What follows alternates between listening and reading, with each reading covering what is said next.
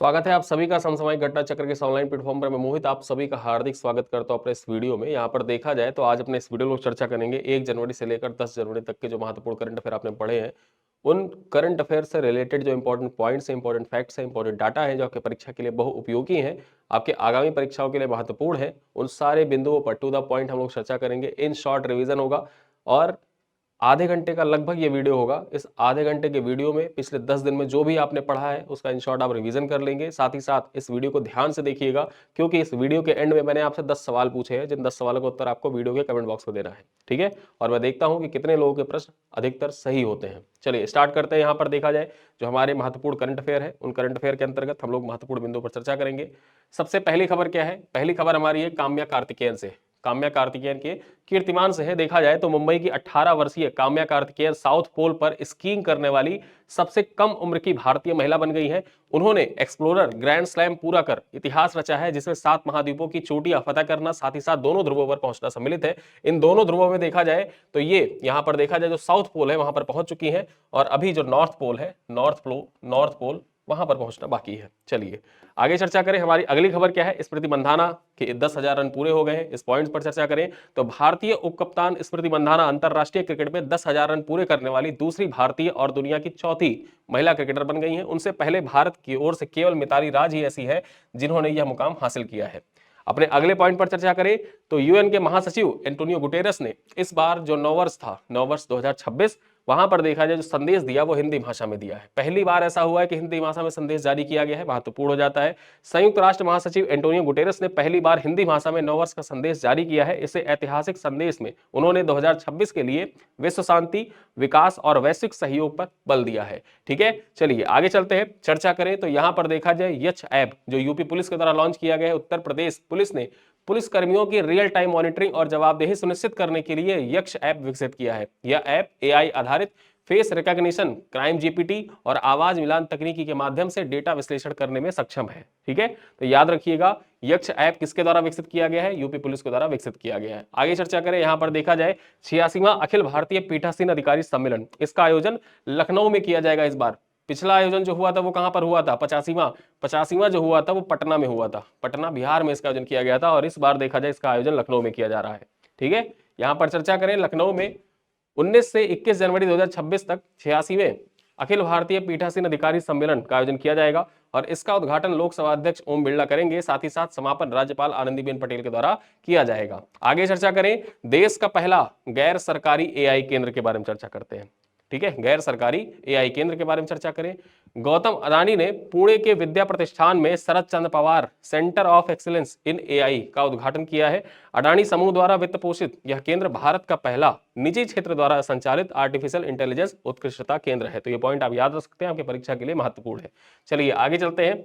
यहां पर देखा जाए पार्वती अर्गा पक्षी अभ्यारण्य से संबंधित पॉइंट है, इसको इको सेंसिटिव जोन घोषित कर दिया गया है। उत्तर प्रदेश के गोंडा जिले में स्थित इस रामसर स्थल को केंद्र सरकार ने इको सेंसिटिव जोन घोषित किया है। 1084 हेक्टेयर में फैला हुआ यह क्षेत्र अपनी गोखुर झीलों और प्रवासी पक्षियों के संरक्षण के लिए जाना जाता है। यहाँ पर एक पॉइंट इंपॉर्टेंट है, ये कहाँ पर अवस्थित है? गोंडा में अवस्थित है। और ये जो पार्वती अर्गा पक्षी अभ्यारण्य है, यहाँ पर 2 गोखुर झील पाई जाती है। ठीक है, 2 गोखुर झील पाई जाती है, ये पॉइंट इंपॉर्टेंट हो जाता है। चलिए आगे देखते हैं। कश्मीर में प्राचीन बौद्ध स्थल की खोज की गई है। कुषाणकालीन स्थल, 2000 वर्ष पुराने कुषाणकालीन बौद्ध स्थलों की खोज की गई है यहाँ पर। ठीक है, जम्मू कश्मीर के बारामूला जिले के जहनपारा गांव जो है, यहां से लगभग 2000 वर्ष पुराने कुषाणकालीन बौद्ध स्तूप और मठ के अवशेष मिले हैं। इस खोज की पुष्टि फ्रांस के संग्रहालय में मिली तस्वीरों और आधुनिक ड्रोन सर्वेक्षण के माध्यम पर की गई है। चलिए आगे चलते हैं। महत्वपूर्ण खबर नियुक्तियों में हुंडई इंडिया के नए सीईओ कौन बने हैं? हुंडई इंडिया के नए सीईओ तरुण गर्ग बने हैं। 1 जनवरी 2026 को हुंडई मोटर्स इंडिया के प्रबंधक और महानिदेशक कार्यकारी अधिकारी के रूप में पदभार संभाल लिया है।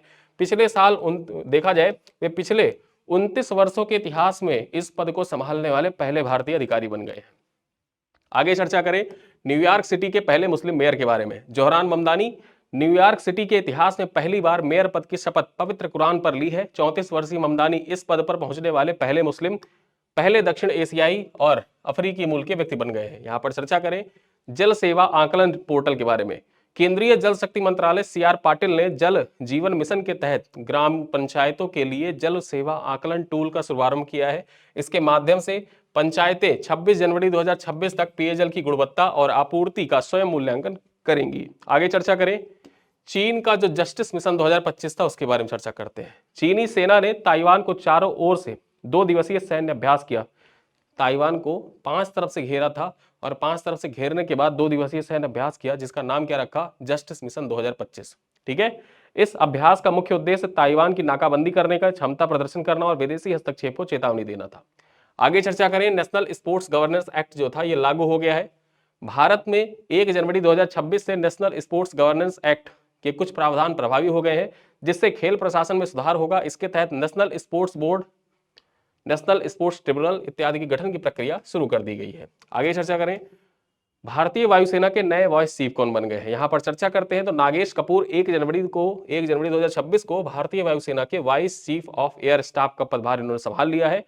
उन्हें इस वर्ष ऑपरेशन सिंदूर में उत्कृष्ट नेतृत्व के लिए सर्वोत्तम सेवा पदक भी दिया गया था। चलिए आगे चर्चा करते हैं। बुल्गारिया जो है यूरो जोन का 21वां सदस्य बन गया है। बुल्गारिया 1 जनवरी 2026 को आधिकारिक रूप से यूरो मुद्रा अपना लिया है और इसी के साथ यूरो जोन का 21वां सदस्य बन गया है। फरवरी 2026 में वहां की पुरानी मुद्रा लेव जो है, ये इसका जो चलन है ये पूरी तरह समाप्त हो जाएगा। ठीक है, चलिए आगे देखें।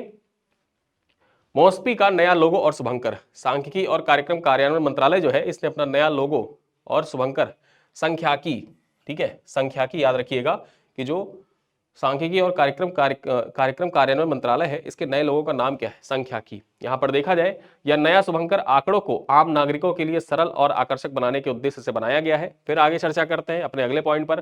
प्रलय मिसाइल का सफल परीक्षण किया गया है। डीआरडीओ ने एक ही लॉन्चर से 2 प्रलय मिसाइलों का सफल परीक्षण कर अपनी मारक क्षमता का प्रदर्शन किया है। यह स्वदेशी क्वासी बैलिस्टिक मिसाइल 350 से 500 किलोमीटर तक की सटीक निशाने लगाने में सक्षम है। फिर अपने अगले पॉइंट पर चर्चा करें। चावल उत्पादन में भारत जो है ये अव्वल बन गया है। भारत अब चीन को पीछे छोड़कर दुनिया का सबसे बड़ा चावल उत्पादक देश बन गया है और वैश्विक उत्पादन में इसकी हिस्सेदारी 28% हो गई है। ठीक है, वर्ष 2025 में भारत का उत्पादन कितना रहा, भारत का उत्पादन यहां पर देखा जाए तो 15.2 करोड़ टन रहने का अनुमान व्यक्त किया गया है, जो वित्त वर्ष 2025 है। आगे चर्चा करते हैं। गोवा का तीसरा जिला बना कुशावती। ठीक है, प्रशासनिक सुविधाओं को देखते हुए गोवा सरकार ने दक्षिण गोवा से अलग कर कुशावती राज्य का तीसरा जिला बनाने की घोषणा की है।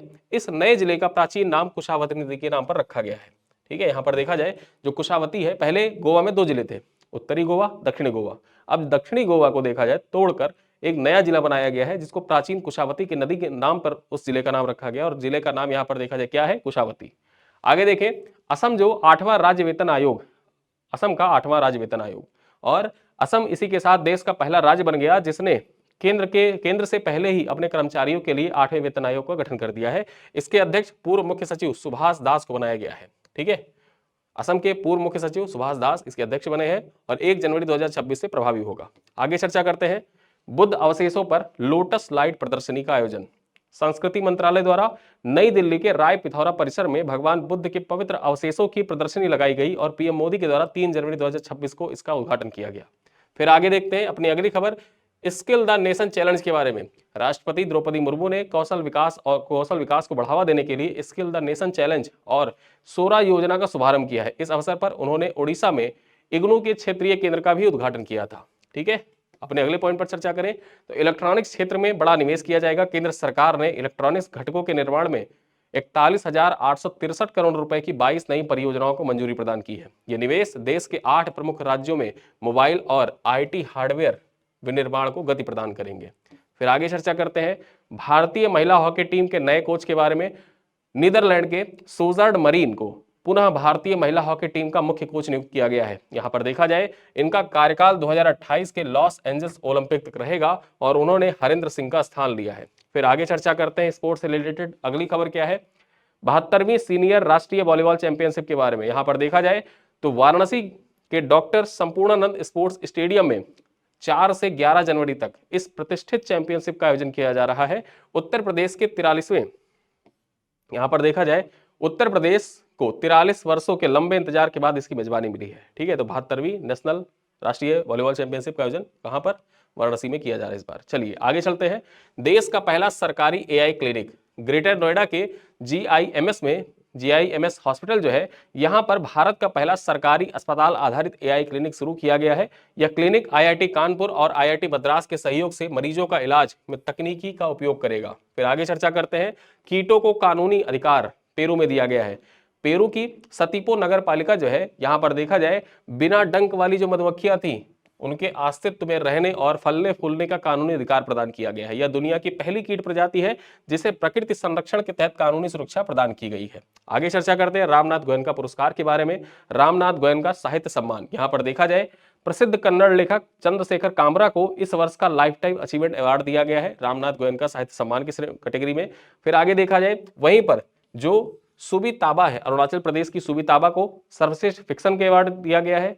और जो शुभांश्री चक्रवर्ती हैं पश्चिम बंगाल की, उनको नॉन फिक्शन श्रेणी में अवार्ड प्रदान किया गया है रामनाथ गोयनका साहित्य सम्मान में। चलिए आगे देखते हैं 9वां सिद्ध दिवस के बारे में चर्चा करें तो आयुष मंत्रालय ने 3 जनवरी 2026 को चेन्नई के वैश्विक स्वास्थ्य के लिए सिद्ध विषय पर 9वें सिद्ध दिवस मना रहा है। यह दिन महान ऋषि अगस्त्य की जयंती के उपलक्ष्य में आयोजित किया जाता है। आगे चर्चा करें, BSNL की वाईफाई कॉलिंग सेवा स्टार्ट हो गई है। BSNL ने देश भर में वॉइस ओवर वाईफाई सेवा स्टार्ट की है, जिससे खराब नेटवर्क वाले क्षेत्रों में भी कॉलिंग संभव होगी। इसके लिए किसी अतिरिक्त ऐप की आवश्यकता नहीं होगी और यह सभी ब्रॉडबैंड नेटवर्क पे काम करेगा। नासा ने अपनी सबसे बड़ी लाइब्रेरी को बंद कर दिया है। यहाँ पर देखा जाए मैरीलैंड स्थित अपनी सबसे बड़ी लाइब्रेरी को स्थायी रूप से बंद करने का नासा ने निर्णय लिया है। यह पुस्तकालय 1959 में अंतरिक्ष अनुसंधान से जुड़े एक महत्वपूर्ण दस्तावेजों का केंद्र था। आगे चर्चा करते हैं, थल सेना प्रमुख का UAE दौरा। जनरल उपेंद्र द्विवेदी 4 जनवरी को संयुक्त अरब अमीरात के 2 दिवसीय आधिकारिक दौरे पर गए हैं। इस दौरे का उद्देश्य दोनों देशों के बीच रक्षा सहयोग और संयुक्त सैन्य प्रशिक्षण को और मजबूत करना था। ठीक है, भारत ने इजराइल के साथ एक डिफेंस डील साइन की है। भारतीय सेना ने पुणे की कंपनी NIBE और इजराइल के सहयोग से 300 किलोमीटर रेंज वाले रॉकेट लॉन्चर बनाने के लिए 293 करोड़ रुपए की डील की है। यह पहली बार है जब इतनी मारक क्षमता वाले रॉकेट भारत में स्वदेशी रूप से बनाए जाएंगे। आगे चर्चा करें, वेनेजुएला में राजनीतिक उथल पुथल पर चर्चा कर लें तो राष्ट्रपति निकोलस मदुरो को अमेरिकी सेना के द्वारा हिरासत में ले लिए जाने के बाद डेल्सी रोड्रिगेज को कार्यकारी राष्ट्रपति नियुक्त किया गया है। वेनेजुएला में तख्ता पलट जैसी स्थिति के बीच अमेरिका ने वहां मिसाइल हमले भी किए थे। आगे चर्चा करते हैं लद्दाख स्पोर्ट्स पॉलिसी 2025 के बारे में। लद्दाख के उपराज्यपाल ने केंद्र शासित प्रदेश में पहली खेल नीति लॉन्च की है। ठीक है, जो यहाँ के उपराज्यपाल हैं कविंद्र गुप्ता, उनके द्वारा लद्दाख की पहली खेल नीति लॉन्च की गई है, जिसमें खिलाड़ियों को नौकरी में 4% आरक्षण दिया जाएगा। ठीक है, इस नीति के तहत खिलाड़ियों को छात्रवृत्ति और प्रशिक्षण में विशेष सहायता भी प्रदान की जाएगी। फिर आगे चलते हैं, संजय टाकले के बारे में देखें तो संजय टाकले ने डकार रैली में इतिहास रच दिया है। भारतीय मोटर स्पोर्ट्स खिलाड़ी संजय टाकले ने प्रतिष्ठित डकार रैली 2026 में शानदार प्रदर्शन किया है। उन्होंने रैली के शुरुआती चरण में अपने ग्रुप में पहला स्थान हासिल कर देश का गौरव बढ़ाया है। आगे चर्चा करें, फ्रांस में सोशल मीडिया पर प्रतिबंध। फ्रांस 15 साल से कम उम्र के बच्चों के लिए माता पिता की सहमति के बिना सोशल मीडिया के उपयोग पर प्रतिबंध लगाने का कानून लाने जा रहा है। यह नियम सितंबर 2026 से प्रभावी होने की संभावना है। अगली खबर पर चर्चा करें तो लव अग्रवाल बने DGFT के महानिदेशक। वरिष्ठ IAS अधिकारी लव अग्रवाल विदेश व्यापार महानिदेशालय के नए महानिदेशक नियुक्त किया गया है। वहीं पर रविंद्र कुमार अग्रवाल को भारतीय खाद्य निगम का नया CMD बनाया गया है। तो ये 2 नाम याद रखिएगा, रविंद्र कुमार अग्रवाल और लव अग्रवाल का। ठीक है, आयरलैंड में प्राचीन शहर की खोज की गई है। पुरातत्वविदों ने बेलिंगटलास पहाड़ी पर 3700 ईसा पूर्व का एक विशाल प्रागैतिहासिक शहर मिला है, जिसमें 600 से अधिक घरों के अवशेष पाए गए हैं। यह खोज प्राचीन मानव बसाहटों के समझने के में मील का पत्थर साबित होगा। राष्ट्रीय पक्षी दिवस के बारे में चर्चा करें तो 5 जनवरी 2026 को वैश्विक स्तर पर राष्ट्रीय पक्षी दिवस मनाया गया, जिसका उद्देश्य पक्षी संरक्षण के प्रति जागरूकता को फैलाना है। इसकी शुरुआत 2002 में एवियन वेलफेयर कोलिएशन के द्वारा की गई थी। ठीक है, आगे चर्चा करते हैं विश्व ब्रेल दिवस के बारे में। तो दृष्टि बाधित लोगों के लिए ब्रेल लिपि के महत्व को रेखांकित करने के लिए 4 जनवरी को विश्व ब्रेल दिवस मनाया जाता है। संयुक्त राष्ट्र ने 2019 में आधिकारिक तौर पर इस दिवस को मान्यता दी थी। एक पुस्तक के बारे में चर्चा करें, यहाँ पर देखा जाए खतबात ए मोदी पुस्तक का विमोचन। शिक्षा मंत्री धर्मेंद्र प्रधान ने PM मोदी पर 2014 से 2025 तक उनके द्वारा जो दिए गए भाषण है लाल किले के प्राचीर से, उस पर एक किताब यहाँ पर देखा जाए उसका विमोचन किया। किताब का नाम क्या है? खतबात ए मोदी।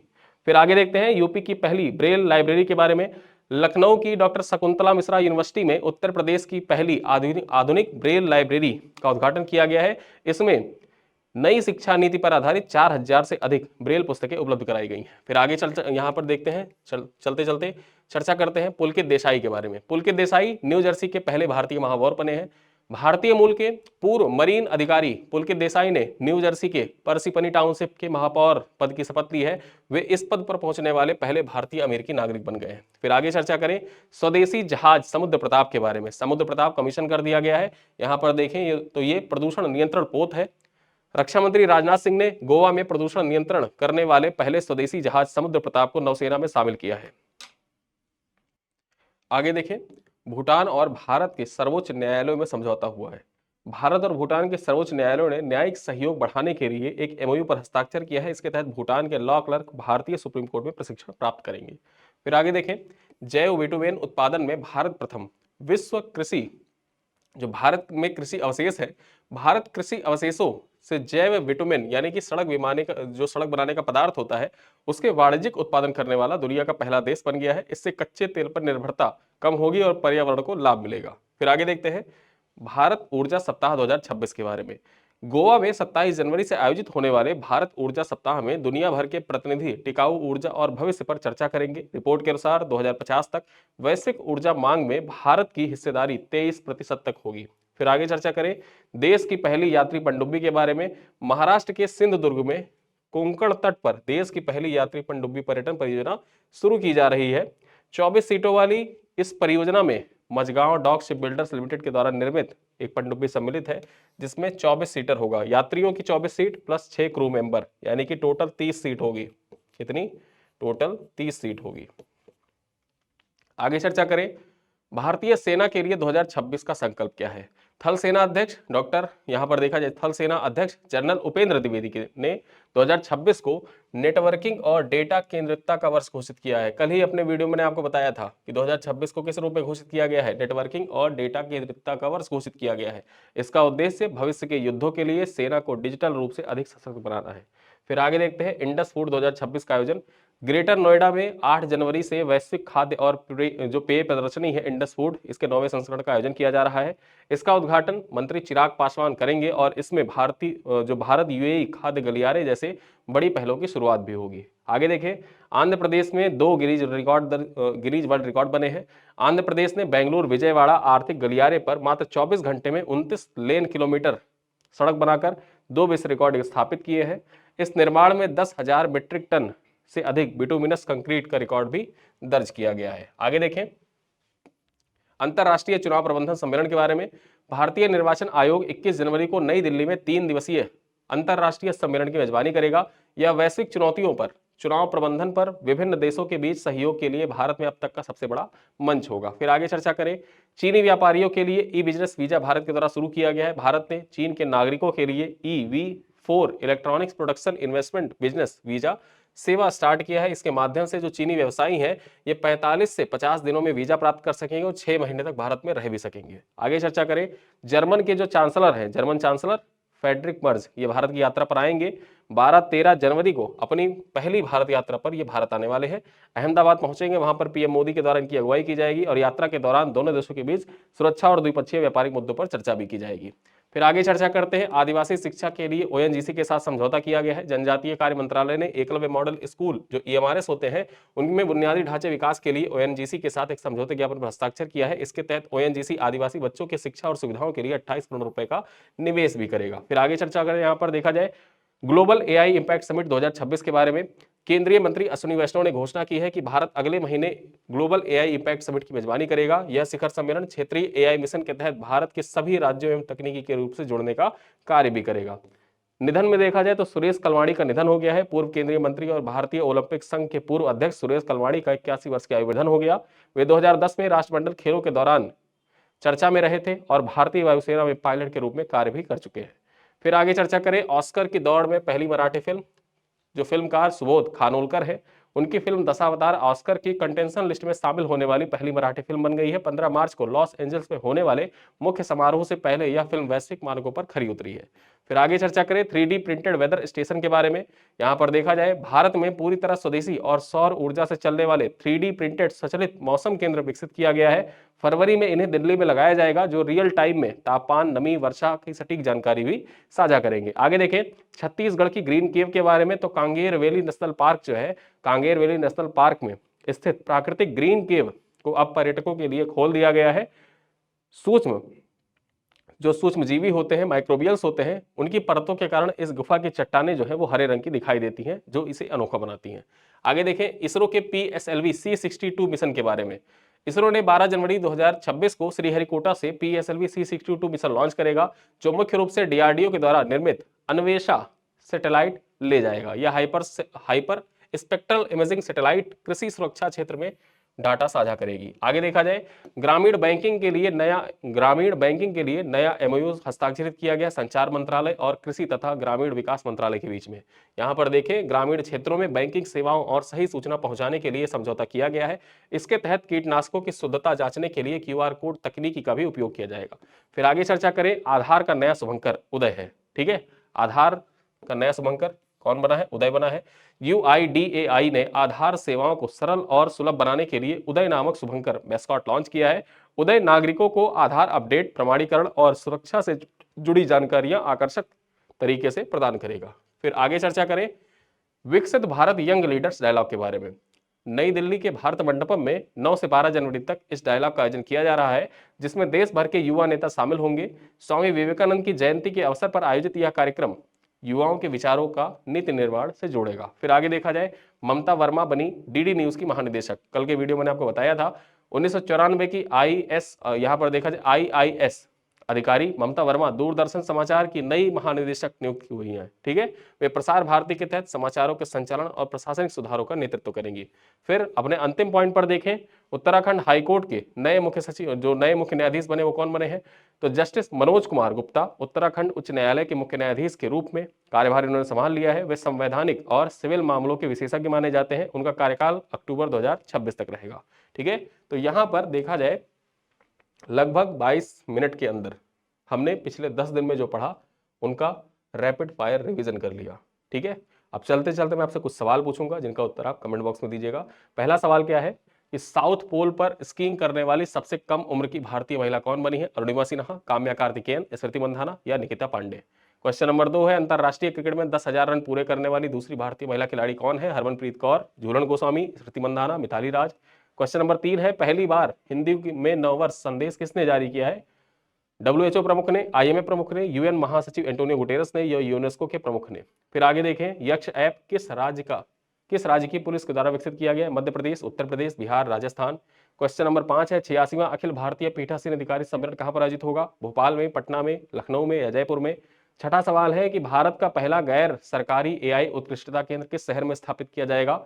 बेंगलोर, हैदराबाद, पुणे या अहमदाबाद में। फिर आगे देखें पार्वती अर्गा पक्षी अभ्यारण्य किस राज्य में अवस्थित है? बिहार में, उत्तर प्रदेश में, मध्य प्रदेश में या झारखंड में।